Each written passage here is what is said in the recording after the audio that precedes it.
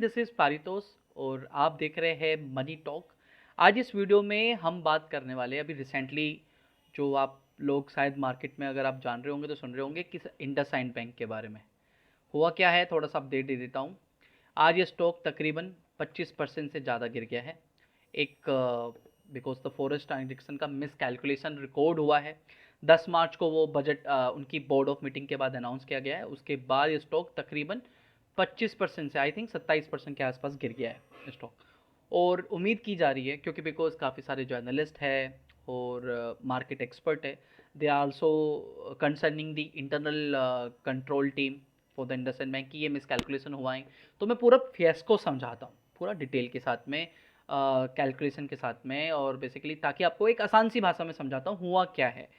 अगर आप भी इसमें इन्वेस्टर हो तो आपको आइडियली पता होना चाहिए कि क्या हुआ क्या है आपके साथ, है ना। तो देखो पहले बात करते हैं कि हुआ क्या है। एक सेकंड दीजिए, मैं नोट बना के ही रखे आपके लिए। तो पहले मैं बताते हैं कि एरर हुआ क्या है। तो देखो बेसिकली क्या है कि bank the found that it's under estimated the cost of protecting itself, यानी हैजिंग। होता क्या, मैं एक एग्जांपल से समझाता हूँ। मान लीजिए आपका कोई पर्टिकुलर बिजनेस है। आप उस बिजनेस में आपकी जो भी रिक्वायरमेंट होती है, जो भी रॉ मटेरियल होती है, मान लीजिए आपने किसी सप्लायर से बात करी और बोला कि यार तेरे को जो भी प्राइस बनता है फ्यूचर में मैं तेरे से खरीदूंगा, लेकिन जो फ्यूचर में जो प्राइस होगा मुझे आज का प्राइस फिक्स करके दे दे। फ्यूचर में मेरे को ऐसा नहीं चाहिए कि तू प्राइस बढ़ा के देगा। तो मेरे को एक एग्रीमेंट बना ले, मेरे साथ प्राइसिंग एग्रीमेंट बना ले, उसी प्राइस पे खरीदूंगा चाहे प्राइस फिर कुछ भी हो। तो हम इसको बैंक की लैंग्वेज में डेरिवेटिव्स बोलते हैं। बैंक भी अपनी फॉरेक्स ट्रांजेक्शन के लिए डेरिवेटिव्स बनाता है, हेजिंग करता है।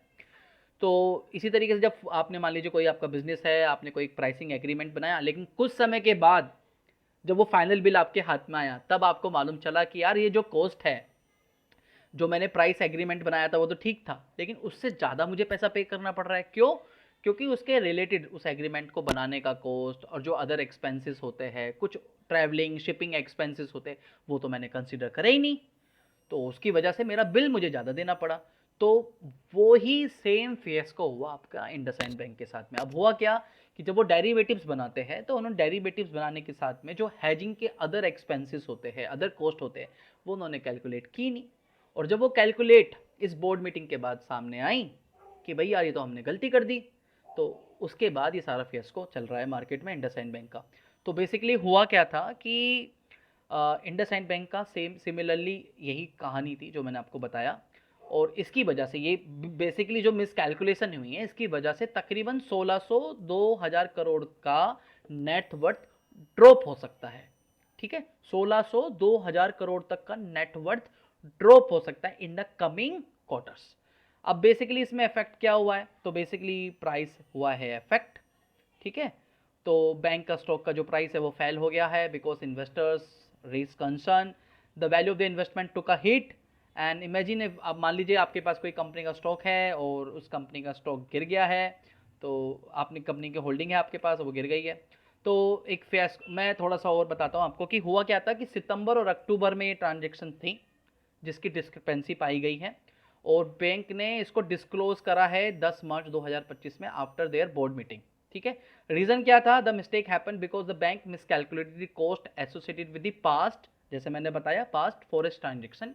It didn't follow the updated rule set by the Reserve Bank of India for managing this complex financial instrument. मतलब उस समय आरबीआई का कुछ अपडेट्स आया होगा जिसकी वजह से कुछ ट्रांजेक्शन्स लगनी होती, वो कॉस्ट कैलकुलेशंस उन्होंने ली नहीं, हैजिंग कॉस्ट उन्होंने कंसिडर ही नहीं करी, और उन्होंने अपडेट नहीं करा अपने आप को। तो बेसिकली यही एक एरर था जो जिसकी वजह से हिट हुआ। और जब ये रिसेंटली अभी जब उन्होंने बजट बोर्ड मीटिंग के बाद डाला 10 मार्च के बाद, तब ये ऑब्वियसली हिट करा। अब इसका देखो इम्पैक्ट क्या होगा, मैं आपको थोड़ा डिटेल में समझाऊंगा, वीडियो एंड तक जरूर देखिएगा, समझ में आएगी आपको। मैं आसान सी भाषा में समझाना कोशिश कर रहा हूँ। तो this mistake happen because the bank miscalculate the cost associated with the past for transaction. ये मैंने बता दिया आपको।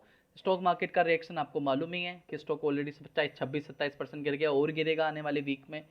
ठीक है, अब यहाँ पे स्टेप्स क्या लिया गया है बैंक की तरफ से बता देता हूँ। उन्होंने बोला है कि हम internal review meetings, internal reviewer जो हमारे होते हैं उसका कराया जाएगा, और एक एक्सटर्नल एजेंसी हायर की जाएगी जो हमारे नंबर्स को चेक करेगी। और आश्वासन दे रहे हैं कि सब कुछ ठीक है, लेकिन हमें भी मालूम है कि यार ये चीज़ें एकदम से तो ठीक नहीं होती।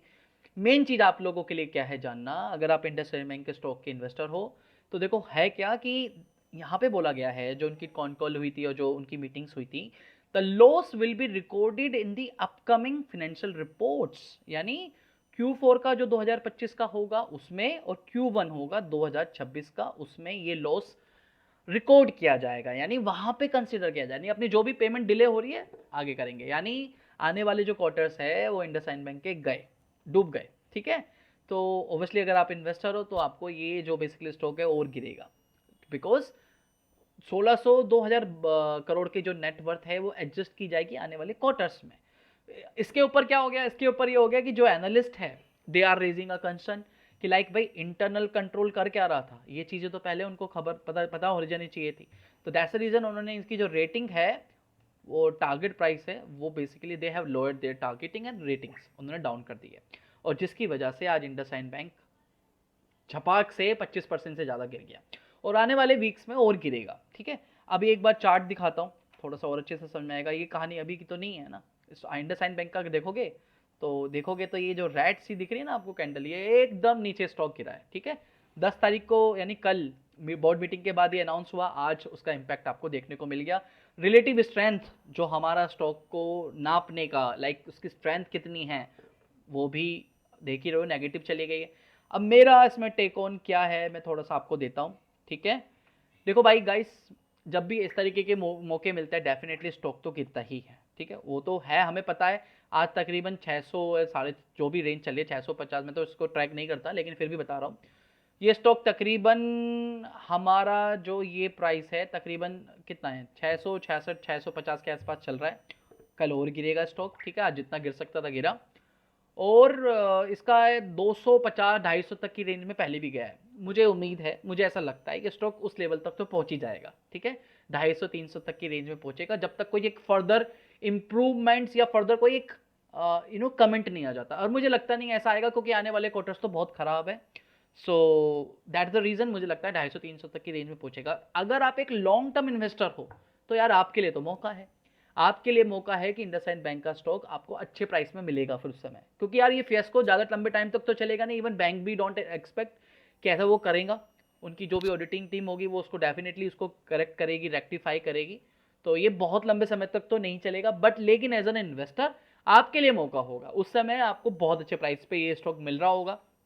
600 650 700 तक की रेंज का रहता है, 200 250 तक की रेंज में मिलेगा तो डेफिनेटली आपको लेना चाहिए उस समय।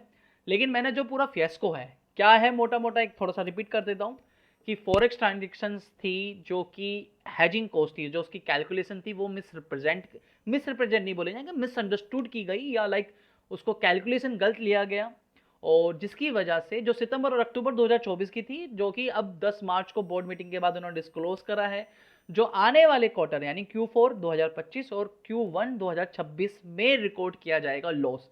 अब वो लॉस है तो वो लॉस को लिया तो जाएगा ना, तो बुक में रखा जाएगा, वो बुक अकाउंटिंग एरर था बेसिकली, जिसकी वजह से आज इंडसइंड बैंक की ये हालत है। आपके पास अब ये मौका है आने वाला क्वार्टर्स में, यानी जनवरी फरवरी आने वाले जो भी क्वार्टर्स है 2026 में, जब ये थोड़ा सा मामला शांत हो जाएगा तब आपको ये स्टॉक इंडसइंड बैंक का स्टॉक आपको काफ़ी अच्छे प्राइस वैल्यूशन पे मिलेगा, क्योंकि ये एक बुक अकाउंटिंग एरर है। डेफिनेटली एकदम तो उसका ऐसा स्टॉक में आपको बहुत जल्दी मूवमेंट देखने को मिलेगा नहीं, लेकिन लॉन्गर टर्म में डेफिनेटली इसका फायदा मिल जाएगा, क्योंकि आपको सही प्राइस पॉइंट पर दोबारा ये स्टॉक मिलेगा। तो आई होप ये वीडियो से आपको हेल्प मिली होगी। थोड़ा सा मैं बेसिक समझाने की कोशिश करी है कि एक्चुअल में फियास्को क्या है, क्यों गिर रहा है स्टॉक इंडसइंड बैंक का, इसका बेनिफिट आप कैसे लोगे वो बता दिया, और चार्ट थोड़ा सा हमने दिखा दिया कि रिलेटिव स्ट्रेंथ दिख रहा है और इंडसइंड बैंक का चार्ट आपको दिख ही रहा है सामने, वो मुझे बताने की भी जरूरत नहीं है। तो आई होप अगर ये वीडियो पसंद आई है, वीडियो लाइक का बटन लाइक जरूर कीजिएगा, चैनल सब्सक्राइब कीजिएगा। ये नोट मुझे बताने की जरूरत नहीं है क्योंकि सब कुछ आपके सामने है। तो हम मिलेंगे फिर एक नई वीडियो में नए टॉपिक के साथ में, कुछ नया एनालिसिस करेंगे। तब तक के धन्यवाद, वंदे मातरम, जय हिंद।